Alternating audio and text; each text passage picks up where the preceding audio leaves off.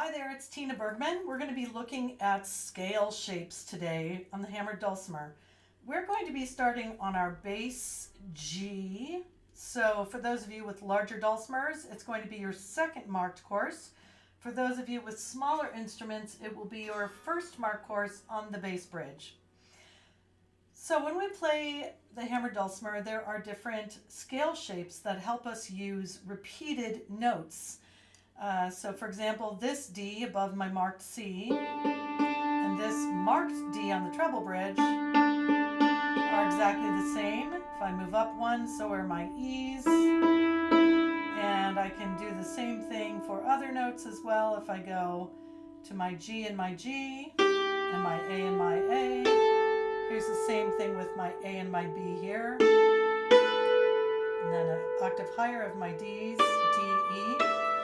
So we're going to be using these repeated notes to help with different scale shapes, and that helps us when we are playing tunes to understand how we should efficiently hammer them.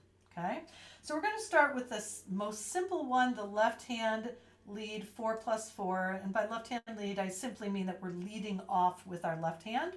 So when we're talking about a box scale, that's the 4+4. So from a marked course up to the next marked course, and then diagonally we go down, and then up to the next one, and we pivot. We just don't strike it again, and then come backward. So if we start with our left hand, we have this 1, 2, 3, 4, and we go from a marked course diagonally down to the next marked course. 1, 2, 3, 4, and we come backwards. And you notice the right hand is free to come over to the marked course. So the point is, when we're doing these, to notice which hand is free for the crossing. Let me do that again. Here's the 4+4. Left hand is free, it goes to the D. Pivot. Right hand is now free. We want to eventually be able to practice that without that little hesitation. Listening.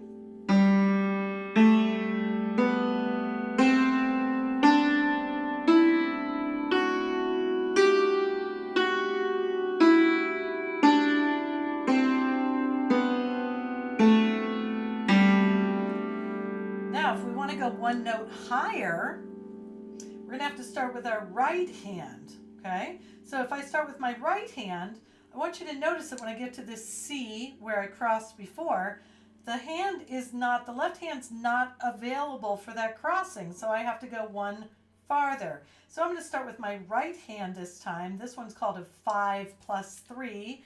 1, 2, 3, 4, 5, and then 1, 2, 3. So we're looking at just 1 octave scales here, okay? So if you watch, I'm going to start with the right hand.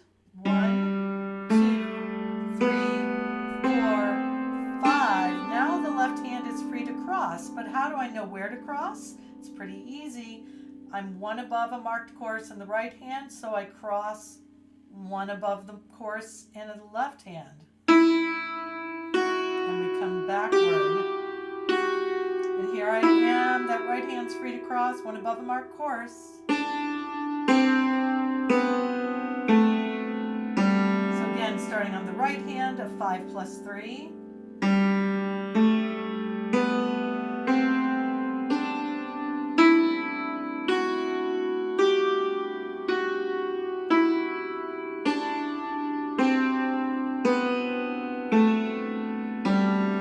Notice how easy it is to remember where to cross. When we were starting with the left hand, we crossed from the mark to the mark.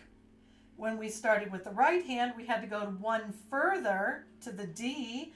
And again, we went from one above a mark to one above a mark. Now we're going to go back to a left hand. So we had a 4+4, that was left. Then we had a 5+3, that was right. So we've got an even one with the left hand, and an odd number, 5+3, for the right hand. Now we're going to do a 6+2.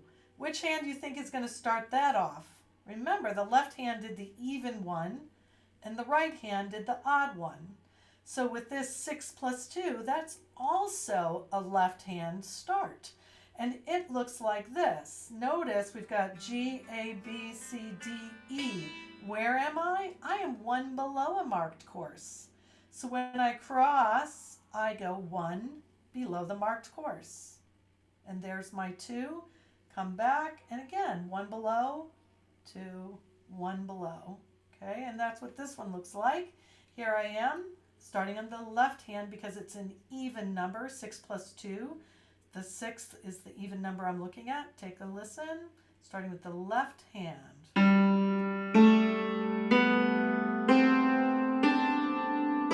Here's my crossing, one below a marked course, and my pivot coming back. Right hand is free now, one below the marked course. I'll do that again, starting with the left.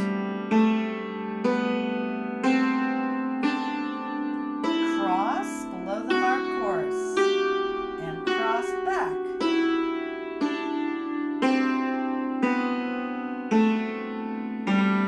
So you can play those from your treble. That was bass to treble. You could do the same thing. Here it is an octave higher. Plus, here's the 4 plus 4. Left hand starts.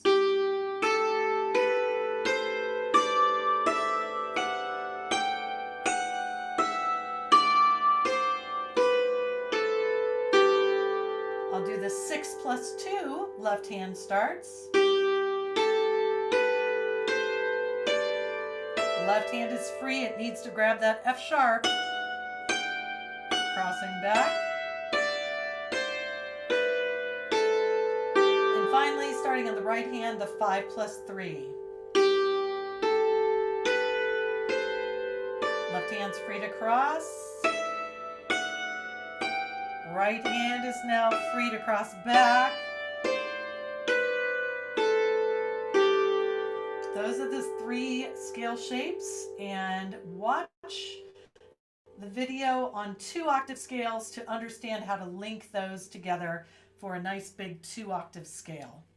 Thanks for listening.